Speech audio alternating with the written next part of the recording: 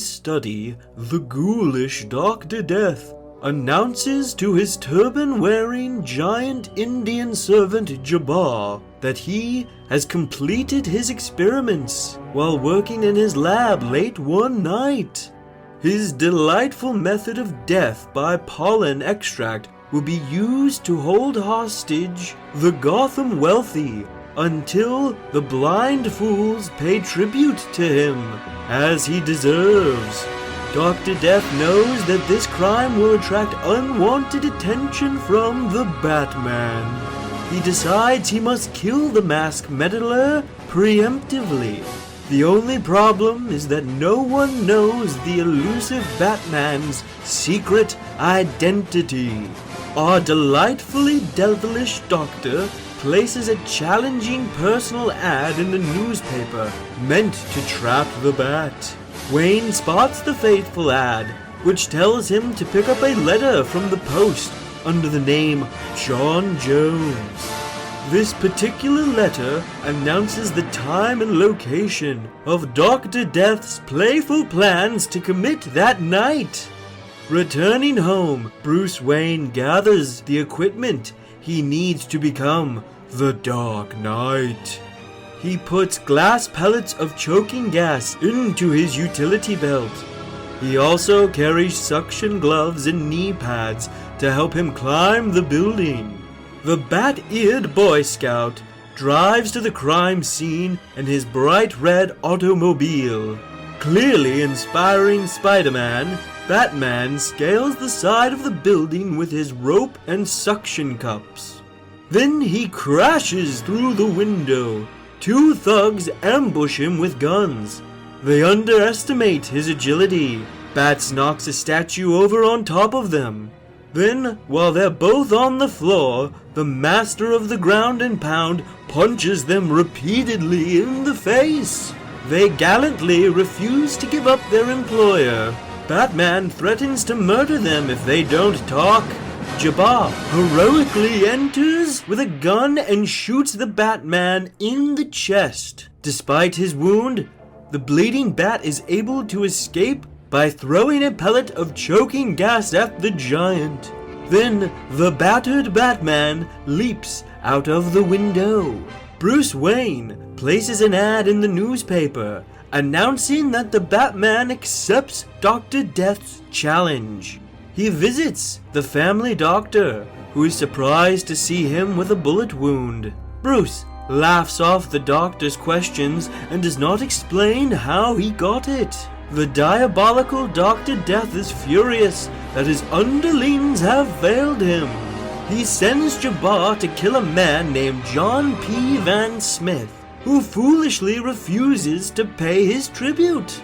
The wandering Mr. Wayne coincidentally sees Jabbar while driving down the street.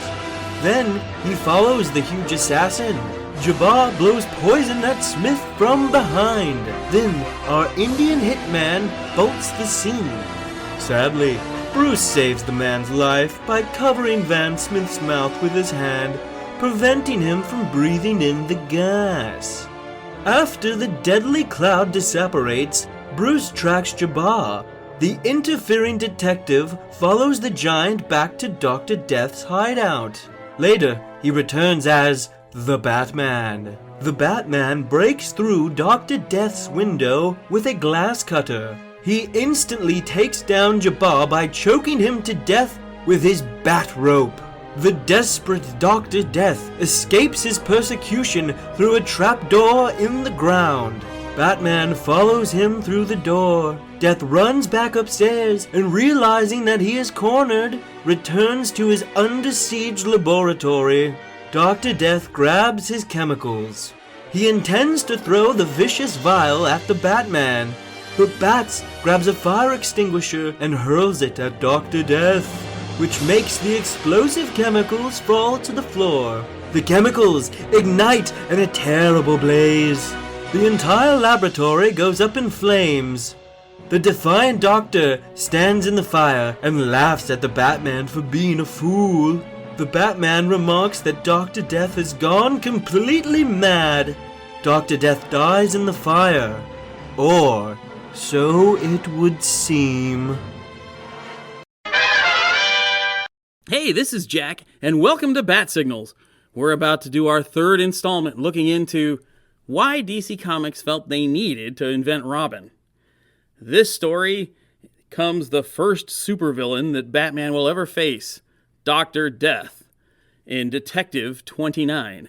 So, joining me is the boss, Ryan. Hello. And Alton. Greetings. Now, I've read this story before. I assume you guys probably haven't? Of course not. No. First impressions of Dr. Death. He kind of just looks like a generic, more so like scientist guy. Crazy kind of scientist. Oh, I'm going to kill you. He has like this aura to him that's like very dangerous, I guess you could say. But other than that, I mean, he's just kind of normal. Yeah, he just your, typical sinister scientist. To me, he comes off as a universal movie monster because he's got the pointy ears, which, of course, regular human beings don't have. Now, the monocles thing gives him that aristocratic look and the little goatee. I don't know that he has fangs, but I imagine he does. It's on his Morbius stuff.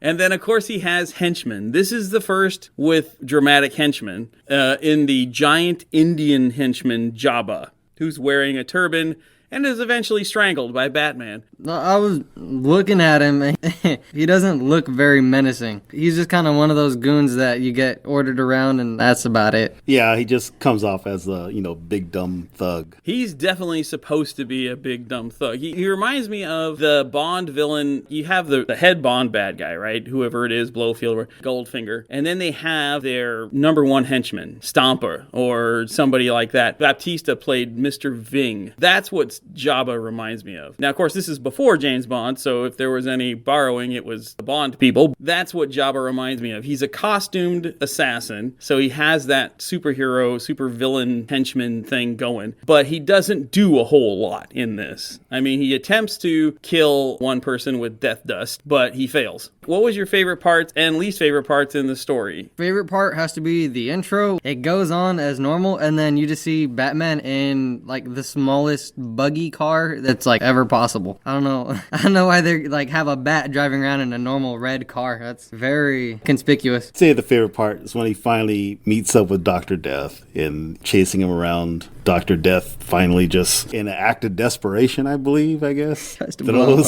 It tries to incinerate him or blow him up or something with the chemicals in the vials. He was definitely trying to incinerate him. He thought that was going to blow Bat sky high.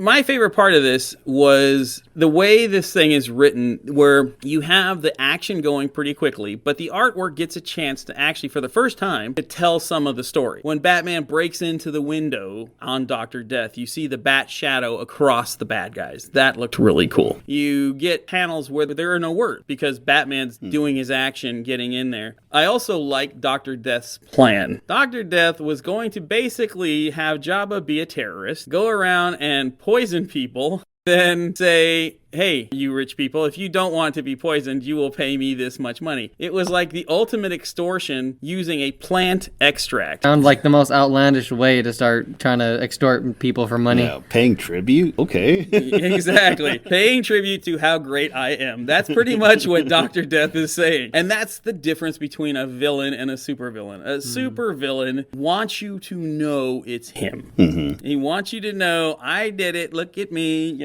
they're putting on a show. Where a regular villain like Frenchie or the Chemical Syndicate, those guys were hiding out. They didn't want you to know it was them. Exactly. Come up against somebody who is basically daring him, saying, come get me. The name John Jones was used in the newspaper ad to lure Batman out. Alton's been reading a long time. Have you ever heard of Martian Manhunter, Ryan? I have heard of him. Martian Manhunter's secret identity is John Jones. And Martian Manhunter got his first appearance in Detective Comics. I would like to think that he got his secret identity from that article that Dr. Death put out. In lore, he saw the article and was like, this is my new name now. This is my identity. What do you think, Alton? You think there's a chance of that? A slight possibility. I see it. Now let's get on to the actual question that we're discussing. Again, Batman killed. He kills Jabba, strangles him, and then he presumably kills Dr.